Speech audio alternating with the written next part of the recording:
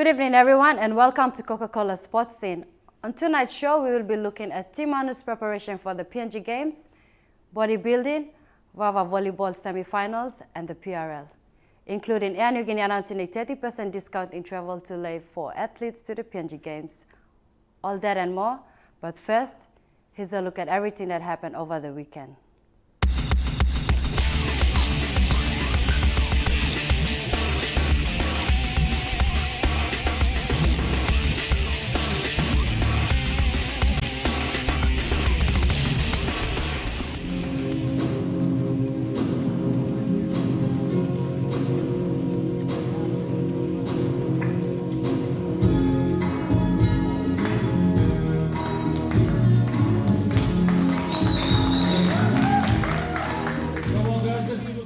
About 35 athletes comprising of 32 men and 3 women vied for the top spot.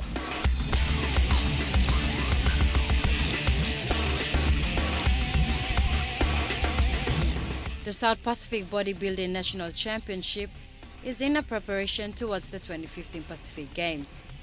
The 6 islands nation who competed were Cook Islands, Tonga, New Caledonia, Solomon Islands, Tahiti, and Papua New Guinea.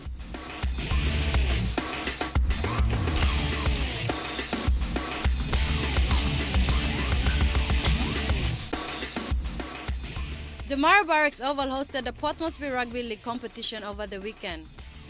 The top 8 teams have been finalized after the end of the normal season. Dobo Warriors went up against Hekari Taranga with a spot in the semi up for grabs, Taranga winning the match in a tight 16-14 game. Other results had Butterflies 13 and Brothers 8. The finals are expected to conclude over the next 2 weeks.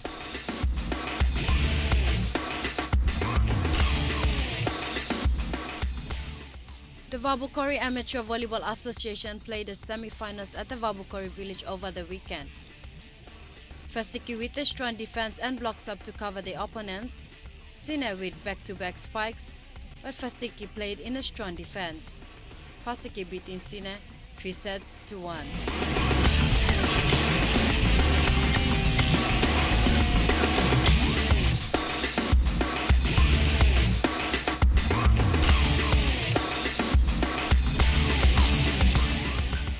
Coming up after the break, Jeremy traveled to the island of Manus to follow up on their preparation towards the 6th BSC Games.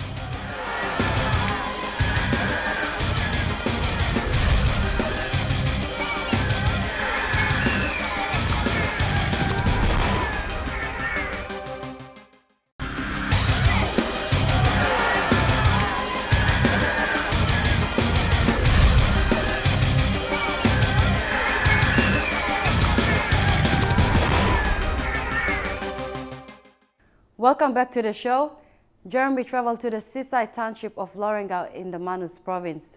The province will be sending competitors in boxing, darts, hockey, soccer, bodybuilding, and karate. Thanks, Rafaela. Thank you, Rafaela. I am over here in Lorengau town in the beautiful province of Manus, and I've just arrived on a wet and cold day in the province. Now I'm over here at the Community Development Center to the converted sports office for Team Manus, and I'm here to meet with Jack Naui Changao, the team manager for Team Manus.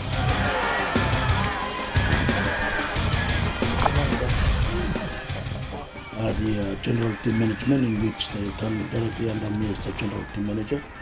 We have 10 VIPs, and 155 are the athletes themselves, and the 33 of them are the coaches and the managers of the 9 respective coaches that will be competing in the 6 PNG Games.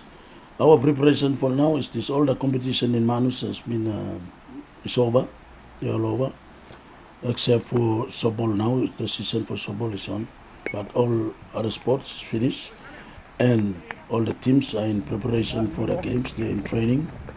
We have used 2 sports that they went out was soccer and boxing. Boxing, they're in Lae at the moment, and the sports that will take part in the 6 PNG Games in Lae: athletics, bodybuilding, boxing, darts, hockey, karate, the para, soccer and table tennis. Those are the sports that will take part in the PNG Games. And the preparation is, in Manus, we have problem with fundraising, even though we have this RPC, the Regional Processing Center. People say that because of the asylum seekers is here and there's plenty of employment opportunities and there's money around here. The fact is there is no money in here.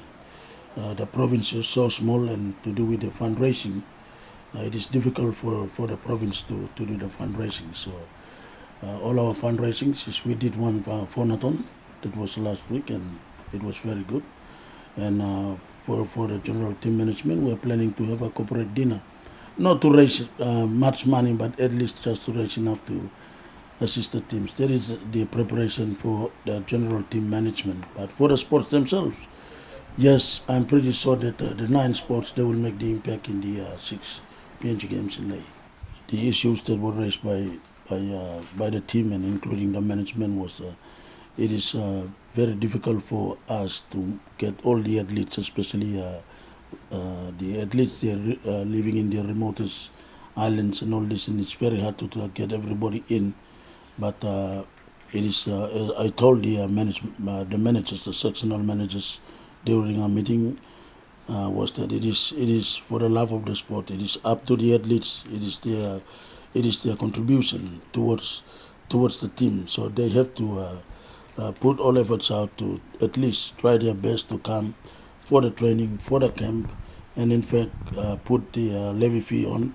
That is a small portion of what we estimated about 3,800 kina will cost an athlete to travel to Ley and return. But for us, for the preparation for the PNG Games, is we will do it the Manus way. In Morobe, we will go there. The Manus community will receive Team Manus in the colorful Manus way. For 2014 Games, because it is the people's money that is sending the team over through the provincial government budget. So the people are very supportive in that area, and they have tipped that out of these 9 sports and a very small contingent of 155, the athletes themselves, we are looking at between 8 and 12 gold medals. That is our target. I work for Australian Aid as part of the Manus Support Community Development Program. It's a partnership between the Australian government and the Manus provincial government, and my position is mobilised through Strong in People, Strong in Nation, otherwise known as SPSN. So SPSN is working through the Manus Support Community Development Project on trying to use sports as a development tool. So I've been based in Manus now for about 3 months, and it's a 12-month contract. In terms of the preparation for the PNG Games, Australian Aid and the Manus Support Community Development Program really provided its support at the provincial level by providing some small grants to each of the 16 sporting associations in Manus that I guess oversee the 1-1 codes. Yeah, so the provision of those small grants enabled them to basically put their competitions together for the provincial games. For the Manus Games were held in July this year. And then coming out of that, the athletes that made selection have been also using some of the equipment procured through those small grants to prepare and to train for the PNG Games. These are small island communities of a few hundred people, if that. Some of the islands are probably less than 200, and they're very, very isolated from any kind of support and services. So really trying to take some sports development out there was a fantastic eye-opening experience for me. To really get to see and speak with some of the, some of the province's most disadvantaged athletes, and to really find out what they need to help them, strong in sports law place, so that we can really bring them into the overall Manus province system. sporting talent is up. Manus Semi Wambla Liklik province true, but I think we've seen previously from the natural talent that Manus has been able to produce already. That they have. There's something in the water and something in the fish out here that really helps to produce good athletes. And I think that with a strong system in place to identify talents at the absolute grassroots level will only strengthen the sports sector in Manus. And I think certainly even at this year's PNG Games, you're likely to see some strong performances by some of the Manus athletes. I guess in particular the boxers, the soccer team. I think the hockey team is looking quite strong, I think that Manus may surprise a few people even this year. After the break, we talked to two very special people. One of them is Alma Kuambu, the assistive device coordinator with the SBDP, and she talked to us about a couple of things, especially to do with devices that assist disabled people, a lot of whom will be taking part in the PNG Games.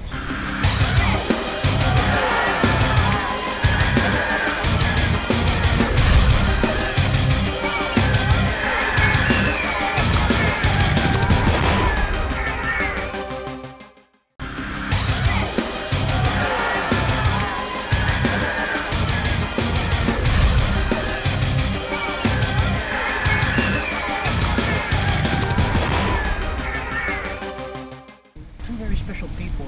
One of them is Alma Kuambu, the assistive device coordinator with the SBDP, and she talked to us about a couple of things, especially to do with devices that assist disabled people, a lot of whom will be taking part in the PNG Games. Today, I mainly spoke about the assistive device project, the free provision of assistive device project that is funded by the Australian government through SBSN, and the funding came at the cost of 1.9 million to procure 27,000 assistive devices, targeting 20,000 people with disabilities throughout Papua New Guinea. And I came here basically to do monitoring and evaluation to see what has happened on the grounds in terms of delivery of the assistive devices, and to talk to recipients or clients who've received the device and the impact that it has caused to their lives, or in their lives, in their daily activities in their lives. So that's the main reason why I came, and also building on the previous project that we had on wheelchairs. As we know that the PNG Games are coming up, and we have para sports also, and most of the athletes they're wanting wheelchairs. So because of my clinical background with wheelchairs, I'm also here to help with assessments and measurements, so that I can assist them with wheelchairs, so they can do their games in lay in the PNG Games. So. Now, another person that we spoke to was Ben Theodore, who has been attached with sports persons with disabilities, taking part not just here in the country, but also overseas as well. And he gave us his take on disabled and para-athletes taking part in the PNG Games. In Manus, one of the focus group are the athletes with disabilities, their sports program in Manus. And that is one of the important component of using sports as a tool for development, using or identifying athletes with disabilities here in Manus. And I think it is complementing the bigger disability inclusive development program under the Australian government through the Strong in People, Strong in Nation program in Papua New Guinea. And that is where in Manus we are mobilizing through our sports project coordinator here, Nathan, to mobilize our athletes with disabilities. And since the PNG Games is around the corner, one of our role is to use this opportunity to mobilize as many athletes as possible to participate representing Manus in these current games. We acknowledge the fact that sports is a key tool to mobilize persons with disabilities to come out and participate in sports. But the bigger question is that after sports, they come back, what do? They have families, they themselves want to go to school, they want to earn some kind of livelihood, they want to find a job. So all aspects of development they want to take part in.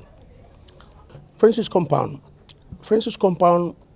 was a kind of shy of, walk away slowly kid back in school. And we got him through our program at the grassroots level.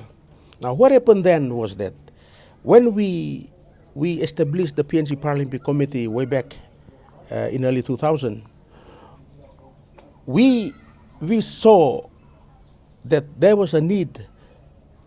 We saw the program, the elite program, it was a good program. There was discipline in it, there was commitment in it, there was proper motivation in it, It supported all aspects of proper disciplining and motivating an athlete to participate at the elite level.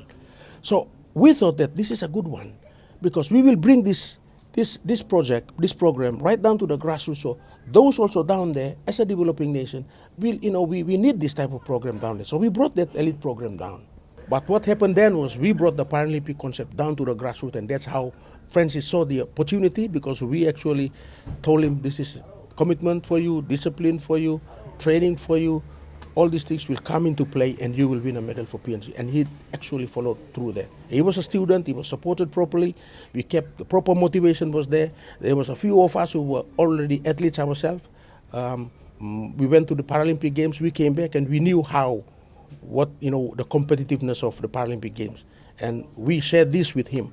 So that's how we were sort of had a bit of experience at the international level, and we shared this with Francis. So when he won the silver medal, because we were persons with disabilities ourselves, and we were sharing our information with the grassroots community who were disabled people, who persons with disabilities. And when Francis won the medal, it was an impact.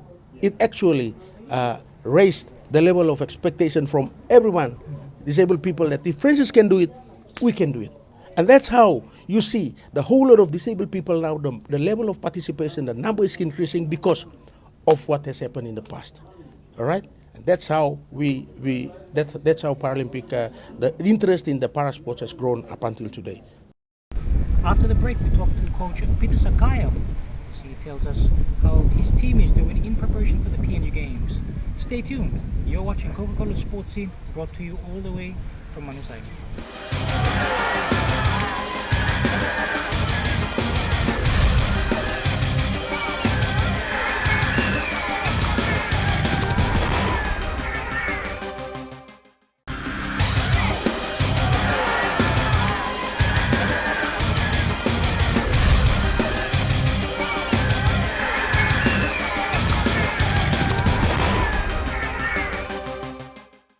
Welcome back to Coca-Cola Sports Scene. Well, it's early morning here over at Manus Secondary School as we take a look at how Team Manus is preparing for the PNG Games. Behind me we have the soccer team which won the recently held Besta Cup in Leimoroba Province. And we catch up with Peter Sakayas, the coach, as he talks about the team's shift in focus from the Besta Cup to the PNG Games. Shake that.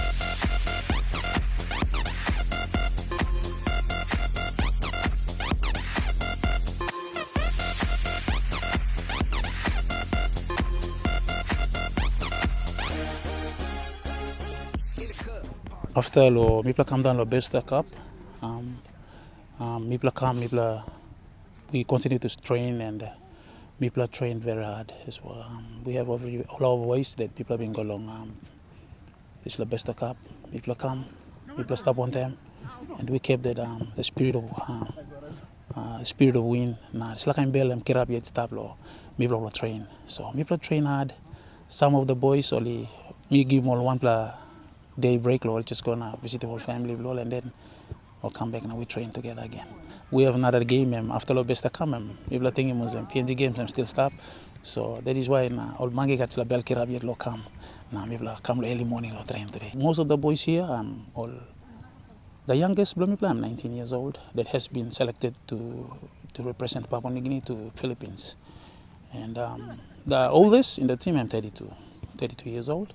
Most of them are within the age of 30 na 20. And big field yung muklo sana pi ting belum plus tapos Maria pempinis na mi go na play lem.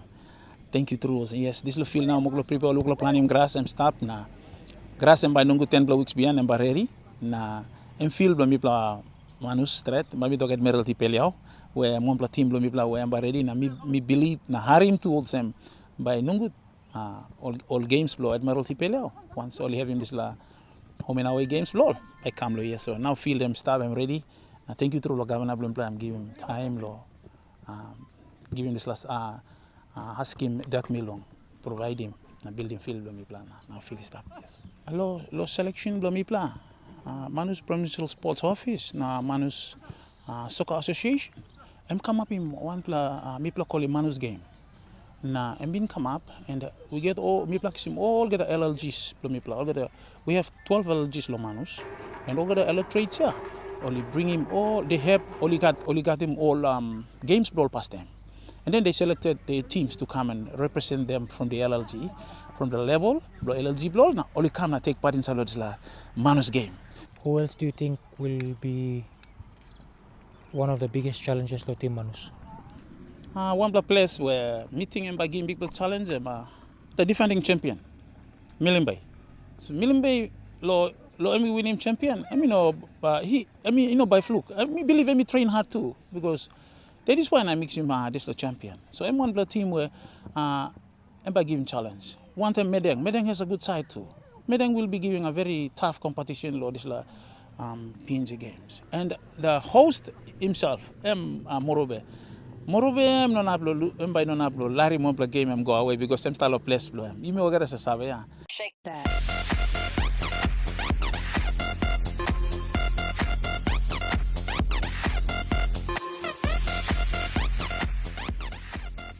Well, that's it from us over here in Manus province in the beautiful seaside town of Lorengau, the land of the chauka and the green seashells. Special thanks to Radio Manus, the Manus Special Services over here. And Rafaela, it's back to you in the studio.